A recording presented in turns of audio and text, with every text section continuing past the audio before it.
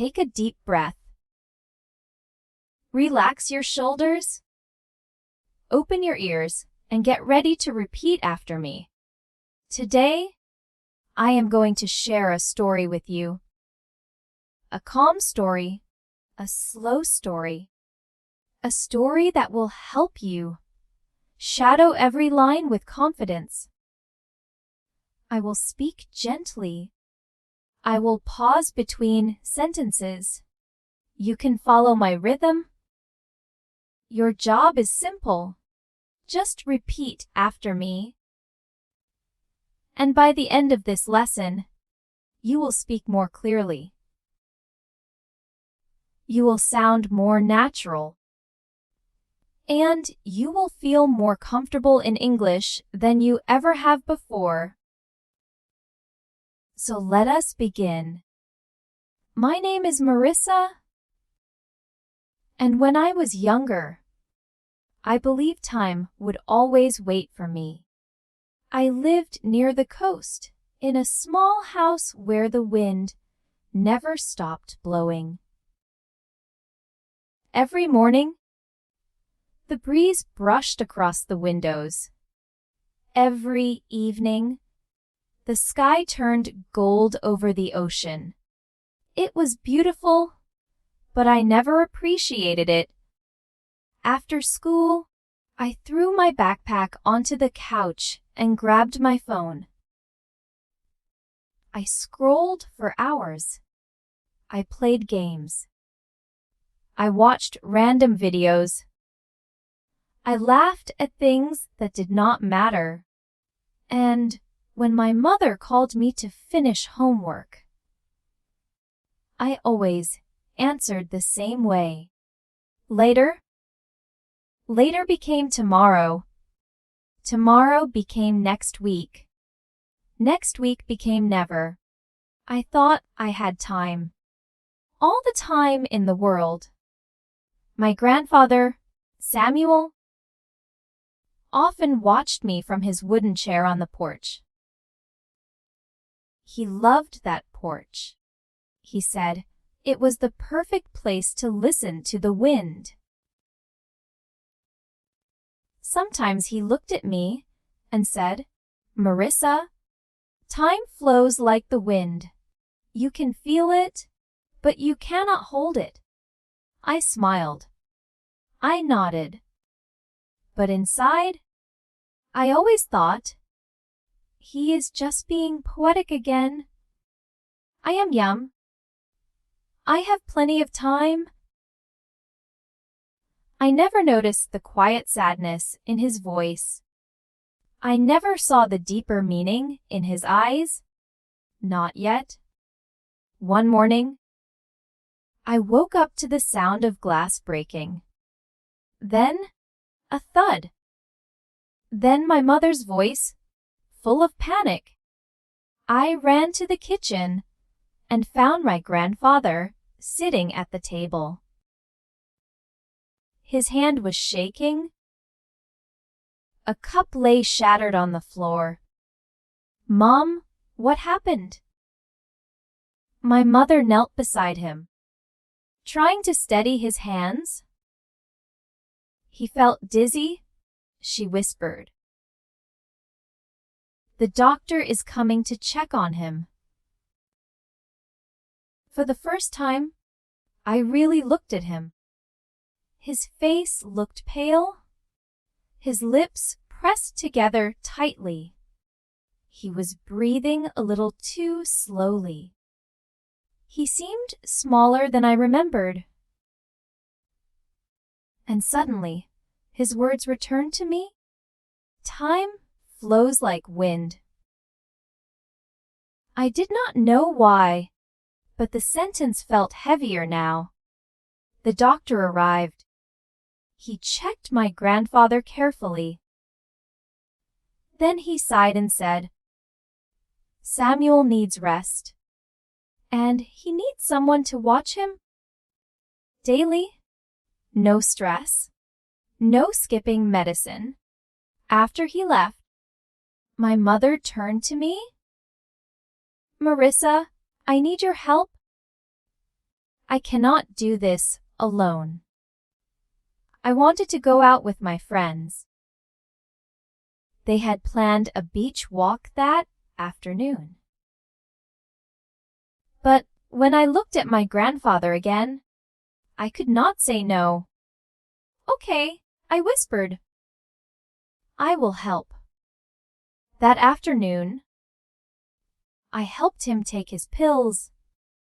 I brought him warm tea.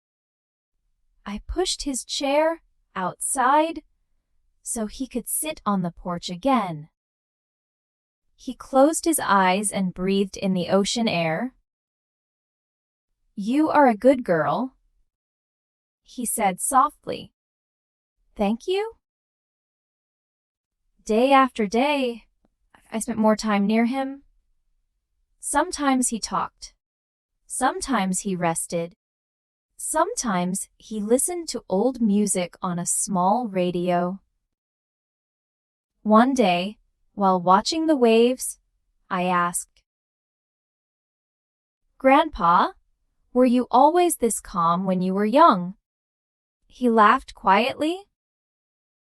No, my dear. I was wild, just like you.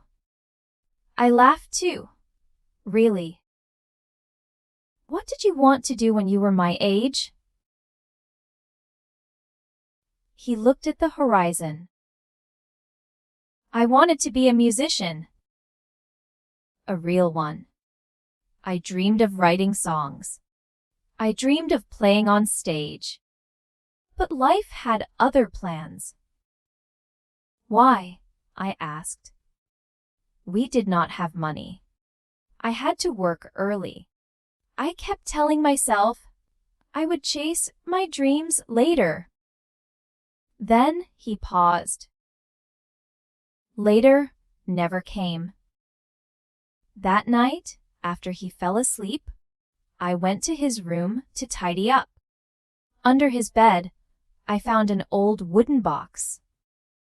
Inside was a leather notebook, worn and yellow.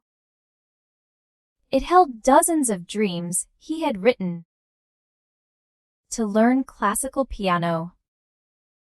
To write a song about the ocean. To record an album someday.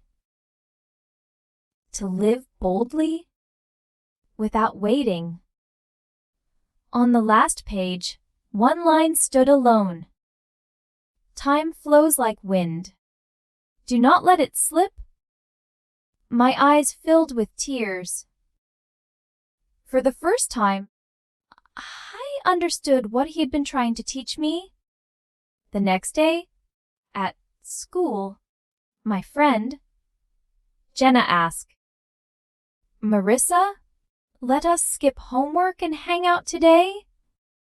Normally, I would say yes, but the notebook was heavy in my heart. No, I said. I have things to do. That afternoon, I helped Grandpa again. This time, I stayed longer. I listened more carefully. I asked more questions. Later that week, I found an old guitar in storage. I cleaned it, tuned it, and started practicing simple chords. When Grandpa saw me holding the guitar, he smiled. The wind feels different today, he said. Maybe, I replied. Because I am finally listening to it. One evening he looked at me and said, Marissa, promise me something. Anything. Do not wait for the perfect moment. Create it. I promise. I whizzed past. Then weeks. Grandpa grew weaker. His voice softer. His hands unsteady. Every evening, he asked me to play a little guitar. Just a few gentle chords. One night, I sat beside his bed with his notebook. I read his dreams out loud. He listened quietly, smiling at some of the memories. When I reached the last line, "Time flows like wind," he touched my hand. "You see, my dear," he whispered, "the wind is life, always moving. You must move with it. Understand now," I said, tears falling. "Live enough for both of us," he whispered.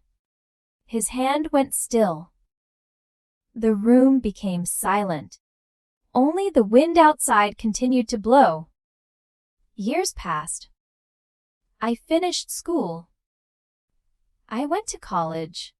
And I chose music. I learned guitar properly. I learned piano. I studied songwriting. I wrote my first song, using one of Grandpa's unfinished melodies.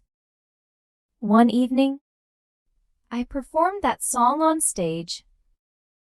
Before I began, I whispered, "We did it, Grandpa. Time is powerful. Time is quiet. Time is always moving.